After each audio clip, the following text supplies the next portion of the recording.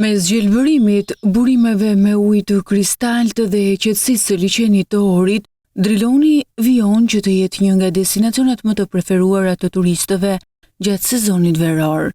Çdo ditë, qindra vizitor vendas dhe të huaj zgjedhin parkun për të shijuar peizazhin, shëtitjet pranë ujit dhe lundrimin me vark në kanalet natyrore. Driloni, i njohur nga pogredecarët edhe si Volureka, ndodhet rreth 6 kilometra larg Pogradecit. Nga janari deri në fund të korrikut, parkun e kanë vizituar 24.131 persona, shifër që e përfaqëson një rritje prej 19.4% krahasuar me të njëjtën periudhë të vitit të kaluar.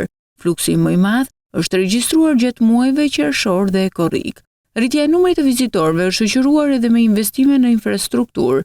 Në park janë ndërtuar rreth 4.000 metra rrugica për këmbësorët, ndërsa janë zgjeruar hapësirat e gjelbërta dhe janë përmirësuar shëtitoret, urat dhe korsitë e biçikletave. Një tjetër zhvillim i rëndësishëm është qendra e vizitorëve, e cila ndodhet në hyrje të Drilonit dhe pritet që të jetë aksesueshme për turistët në muajin tetor. Qendra do të prezantojë florën, faunën, traditat, vlerat kulturore dhe trashëgiminë arkeologjike të rajonit përmes ekspozimeve dhe pajisjeve teknologjike. Për turistët, Driloni ofron një kombinim të natyrës dhe aktiviteteve të ndryshme.